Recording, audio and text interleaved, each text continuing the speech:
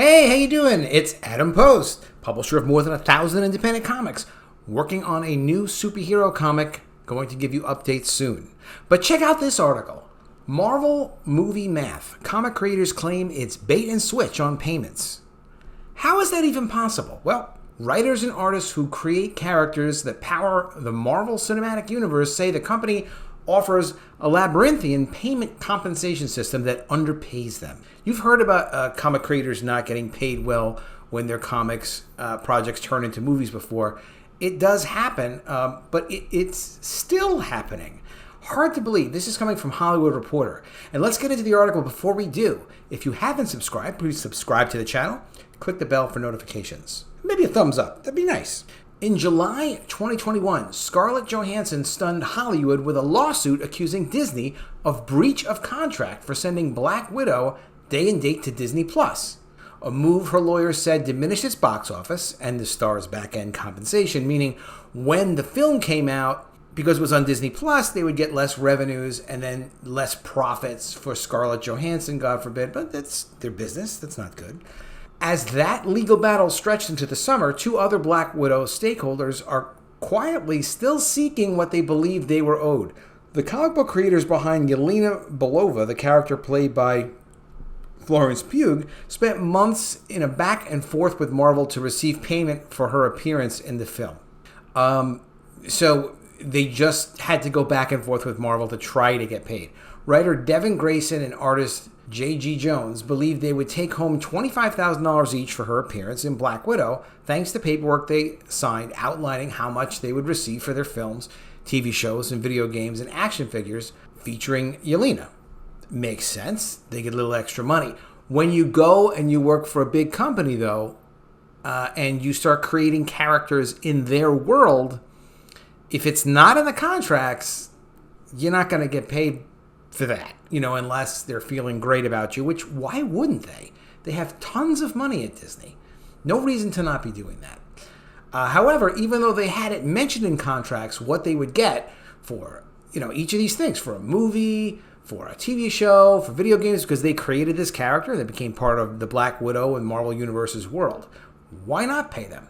Back to the article. When Grayson and Jones, who created Yelena in 1999, eventually received payment in November, after all that back and forth, that $25,000 dwindled to as little as $5,000 without explanation. What? Can you imagine how many arguments that creates between, the wife or whatnot? Like, you're expecting to get this money. They know you're getting this money. They're like, hey, why aren't we getting this money? You tell them, well, look, it's coming. We just have to kind of work out the details. And they said it will be here. And then they send the check. And it's instead of $25,000, which is not that much for a multi-million-dollar project with a character that was featured in a Marvel movie. And it didn't do great, the Marvel movie, but it did well enough. It was produced. It's part of the universe. We thought we were going to get this money. We only got $5,000. Wow. That's big trouble. Great. Tell me what you think in the comments below. If you were promised $25,000 and someone sent you $5,000 and then wouldn't tell you even why they sent you less, what do you think? Is that problems for you? That would be problems for me. Grayson has spent the past year seeking an answer in a journey that sheds light on how Marvel compensates the comic book writers and artists behind the characters fueling the most successful film franchise in history. Those who work with the company describe a labyrinthine, like a maze, system that leaves creators wondering how Marvel's even arriving at its figures.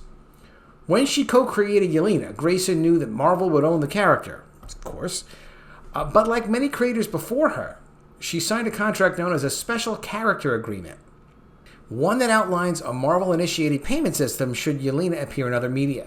So this technically is probably considered to be an incentive payment and not royalties. If you write a book, and you write a book for a book publisher traditionally, or it could be any media that you're doing some work for, if it's a royalty, that implies that you own something and that you have ownership. If it's an incentive payment, it's kind of like a bonus. So if you go to work and you get a bonus for doing a good job at work, you don't own anything. If you get royalties for something you did at work, you have kind of an ongoing ownership. That's the difference. The agreement signed in 2007 seemed to state that Grayson would receive $25,000 for a theatrical film appearance, $2,000 for an episode of TV over 30 minutes, and $1,000 for an episode of TV for 30 minutes or less. This is normalish stuff. Like, that's a reasonable amount of money to pay. You know, it's negotiated, and you kind of never know if it's going to happen. And it's like when you're writing the comics, you do occasionally have to create characters to, like, develop the world around your main character, because otherwise, like, there's no story. Like, you know, so, you know, your main character is not normally going to change that much. It's the ancillary characters in their world that you bring in that adds kind of dimensions, and you develop the sister characters and things like that. Not literally a sister, can be a sister, but meaning, you know, a brother, a sister, an uncle, a long-lost friend, something like that. So if one of those characters comes in for a few issues and then dies, you need to do that as a writer. But just the same, you know, if you're going to get paid for that, it should be spelled out. You should get paid.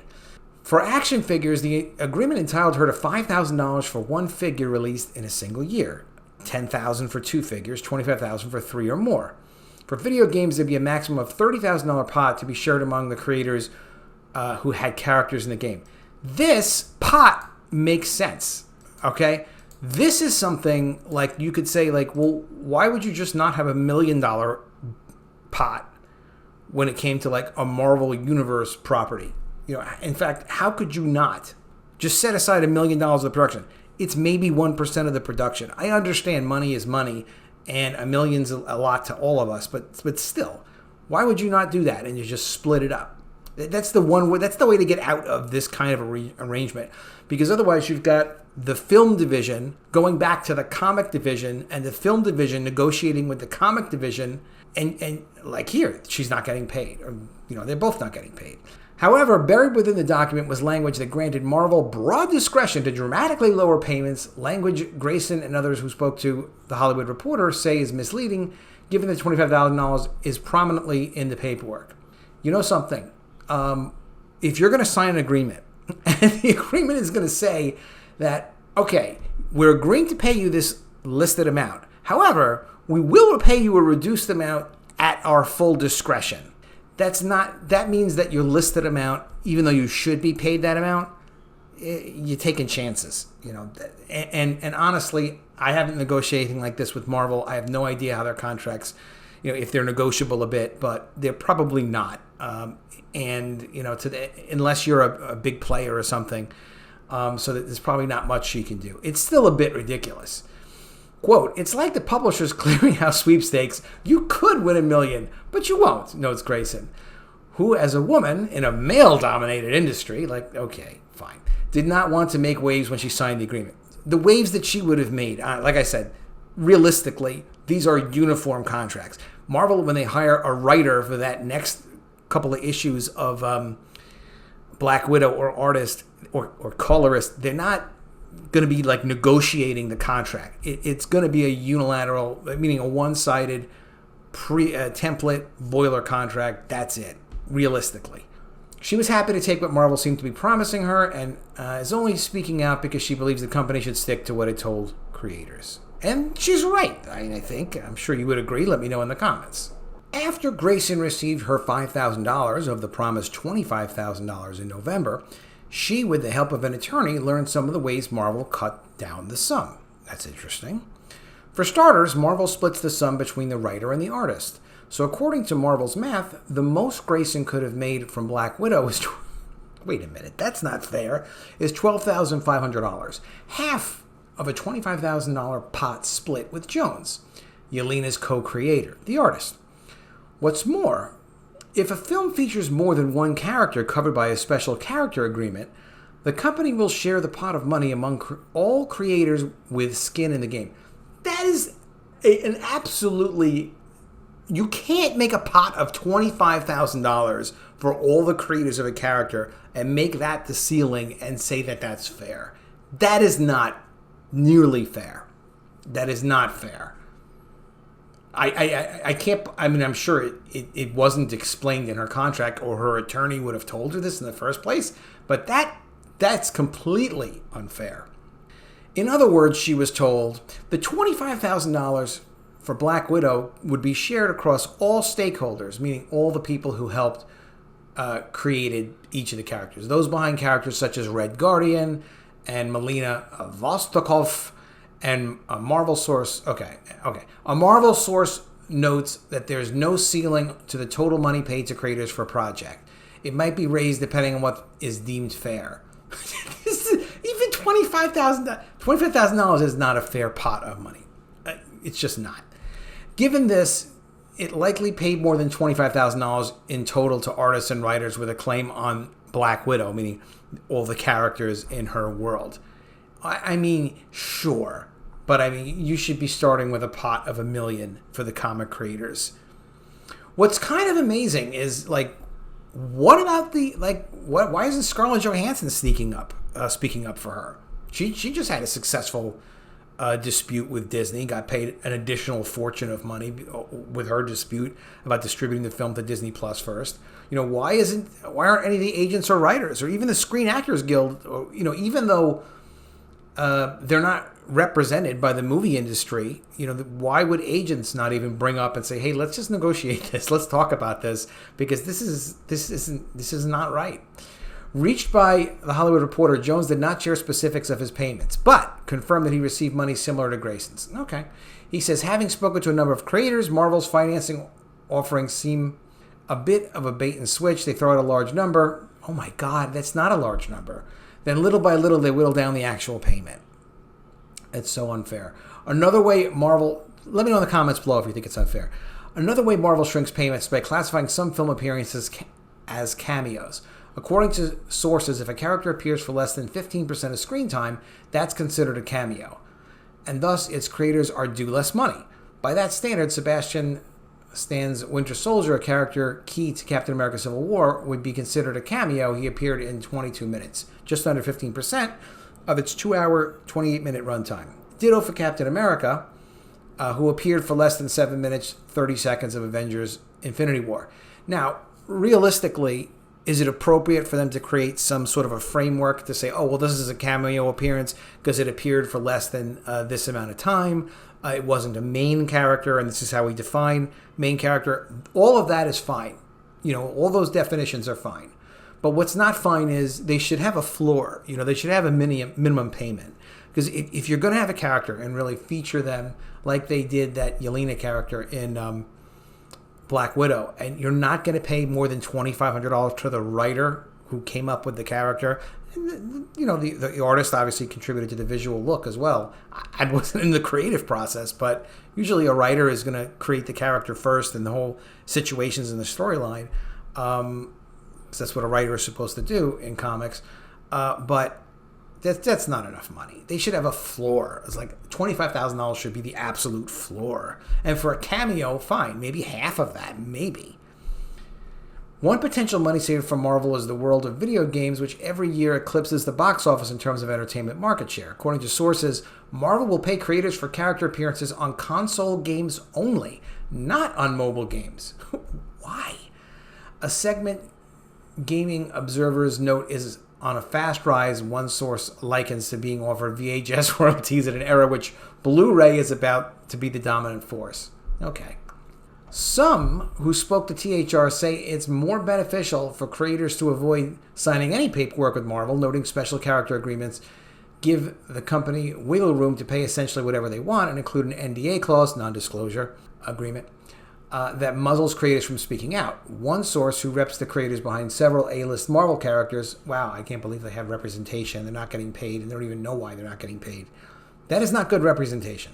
At least if you have an agent or representation, they should be able to tell you why you're not getting paid, at the very least. But you should be getting paid. They know one client who never signed paperwork is better off than those who did. He has a lawyer who doesn't listen to Marvel.